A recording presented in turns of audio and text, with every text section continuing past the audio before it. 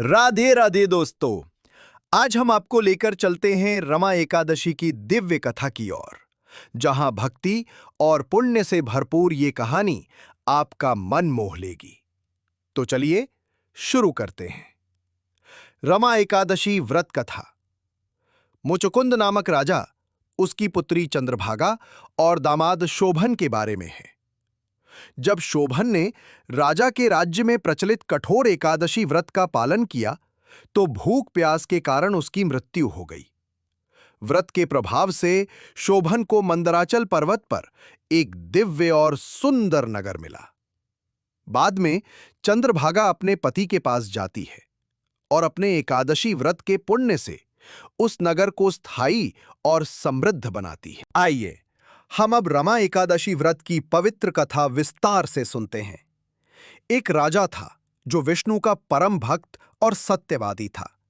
उसके राज्य में सभी लोग एकादशी का व्रत रखते थे, यहां तक कि जीव जंतु भी। राजा की पुत्री चंद्रभागा का विवाह राजा चंद्रसेन के पुत्र शोभन से हुआ था। शोभन ससुराल में था। तभी रमा एकादशी का व्रत आने वाला था।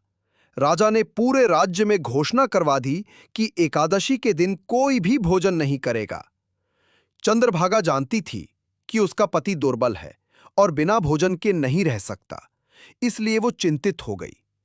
शोभन ने अपनी पत्नी से कहा कि वो इस व्रत को नहीं कर पाएगा क्योंकि वो बहुत कमजोर था। लेकिन चंद्रभागा ने उसे व्रत करने को कहा और कहा कि यदि वो नहीं कर सकता तो उसे कहीं और चले जाना चाहिए।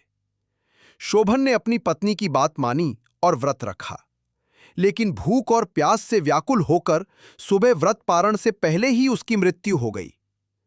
रमा एकादशी के पुण्य के प्रभाव से शोभन को मंदराचल पर्वत पर एक सुंदर, धन धान्य से युक्त और शत्रुओं से रहित दिव्य नगर प्राप्त हुआ। राजा मुचुकुंद के राज्य का एक ब्राह्मण एक दिन शोभन के नगर में पहुंचा और चंद्रभागा के पति को वहां देखा। ब्राह्मण ने आकर चंद्रभागा को सारी बात बताई। चंद्रभागा शोभन के पास जाने के लिए उत्सुक हो उठी। चंद्रभागा ऋषि वामदेव के आश्रम में गई, जिन्होंने उसके व्रत की निष्ठा को देखकर उसका अभिषेक किया। फिर चंद्रभागा शोभन के पास पहुंची और बोली कि उसने अपने बचपन से जो एकादशी व्रत किए हैं उन सभी के पुण्य को वो उसे दे रही है। चंद्रभागा के पुण्यों को ग्रहण करते ही शोभन की अस्थिर नगरी तुरंत स्थिर और अटूट हो गई। इस प्रकार रमा एकादशी के व्रत के प्रभाव से चंद्रभागा को सौभाग्य वापस मिला और वे सुख शांति से रहने लगे।